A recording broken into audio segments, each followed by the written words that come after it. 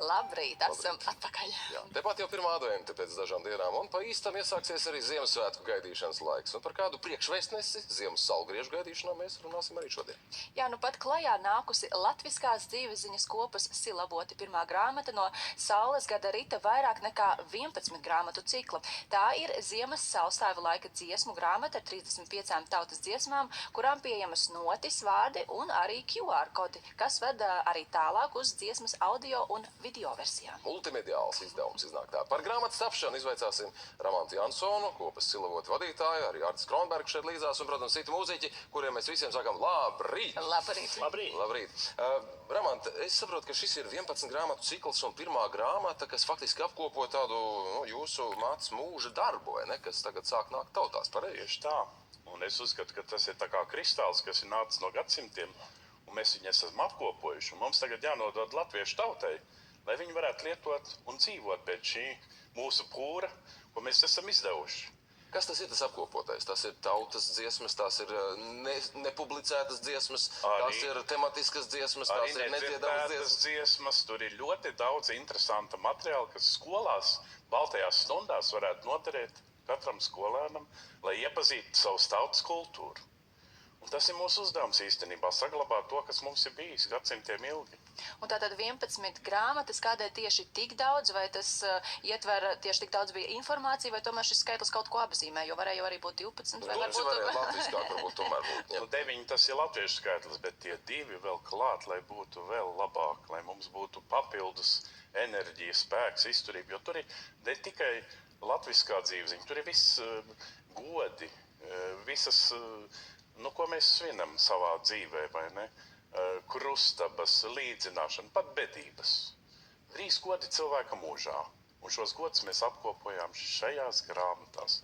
Lai mūsu pēcteči, mūsu bērni, viņi varētu mācīties no tā, jo tur ir radītie QR kodi, tāpēc ielikti, lai būtu vieglāk pieejami tie materiāli un uzreiz skan tie Starp citu, ja mēs par tiem QR kodiem runājam, es labprāt arī nodemonstrētu, mums ir iespēja drusku pietuvināt. Ja? Tātad grāmata, kur mēs vienkārši varam paņemt, atvērt, ja? Vaļā, tāda QR kods, jeb kvadrātkods, kā tam nosaukums arī bija piešķirts. Lūk, šeit mēs viņu redzam. Konkrēti dziesmiņu burmani, būriski uzmanības skauģi, paņemam ar vietāruni saiti, atveram. Uzzinām tavu kodu. Man priekšnospieda viņš visu izdara. Un lūk, viens pirksta spiediens un skan šī dziesma, kurai šeit ir notis un vārdi, jau arī skan, un mēs varam ne tikai...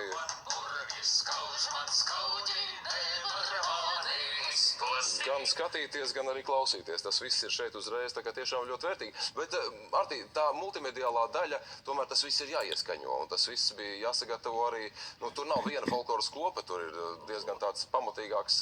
Jā, tā kā mēs nākam paši no Daugavas puses, tas no Lielvārdes, no Ogres novada, tad mums arī piedalās no Lielvārdes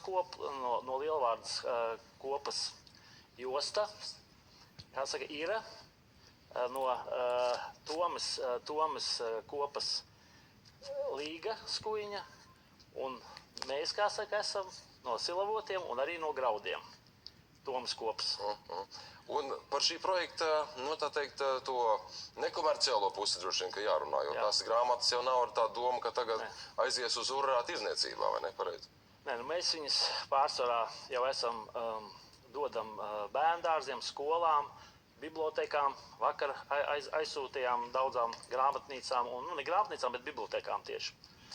Tādā veidā, jā, mēs viņas izplatīsim. Bet tātad šī ir pirmā no 11 grāmatām, bet arī mērķa auditorija atšķiras. Dažas ir bērniem, dažas pieaugušiem?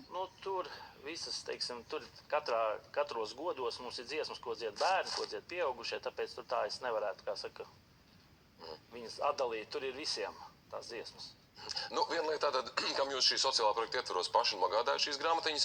Otra lieta, ja kāds no rītpanorāmas skatītājiem tomēr saprot, ļoti vērtīga lieta, teiksim, kā Ramāns arī stāstīja, bērniem no mazotnes kaut ko pastāstīt, parādīt, padziedāt priekšā, vai tās būs arī pieejamas tādā regulārā kārtībā arī tiem, kas interesēs paši? Tad jau Rozes grāmatīcā var iegādāties šo grāmatiņu, un mēs jau arī vedam pa visu Latviju, un pat pasaulē jau ir aizgājuši šī grāmatiņa, un tad katram ir pieejama. Kā atliek tikai interesēties? Ziemas saulstāvi laika dziesmas, tas nosaukums. Paprasiet katrā grāmatnīcā, Rozes grāmatnīcā un arī citur viņi noteikti būs pieejami. Nu, lūk. Un šajā rītā, ko mēs dzirdēsim, ko esat izvēlējušies atskaņot?